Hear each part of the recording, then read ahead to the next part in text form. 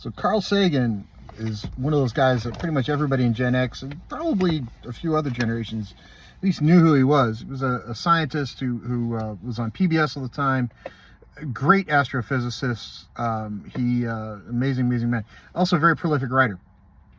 His book Demon Haunted World should, I think, get a lot more attention and be burned in people's brains. He has a paragraph up front about him flying into town, going to a conference. He had a driver who's like, "Oh, you're that TV guy. Let me ask you some questions." So Carl was like, "Sure, I'll talk to you for a minute." And so they got to talking, but it turned out not about science. He wanted to talk about frozen extraterrestrials languishing in an Air Force base near San Antonio, channeling a way to hear what's going on in the minds of dead people. Not much, as it turns out. Crystals, the prophecies of Nostradamus, astrology, the Shroud of Turin. He introduced each subject with enthusiasm. Each time I had to disappoint him and tell him there were kind of easier ways to explain this stuff. Now, that happens a lot to scientists. It happens to me. My PhD's in physics. I get it more often than I care to talk about, that kind of stuff. And there always is an easier explanation. Nobody ever believes the easier explanation because it's not as much fun.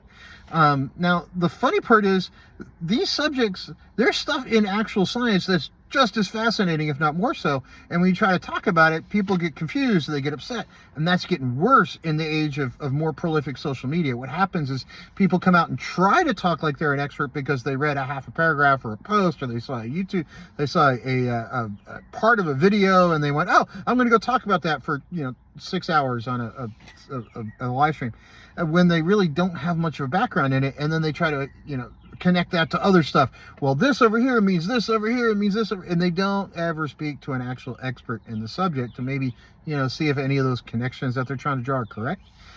Because every time, inevitably, it's like, "Oh, there's new technology, it's going to destroy the world because of this or this or this or this or this or this or this," and they're not really looking at it remotely close to right.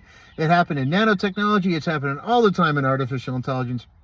And I think as we become more connected and more people have a voice, which is great, more people have a voice, but some people sometimes need to actually learn when you're talking about something you actually understand and when you're just talking for the sake of talking.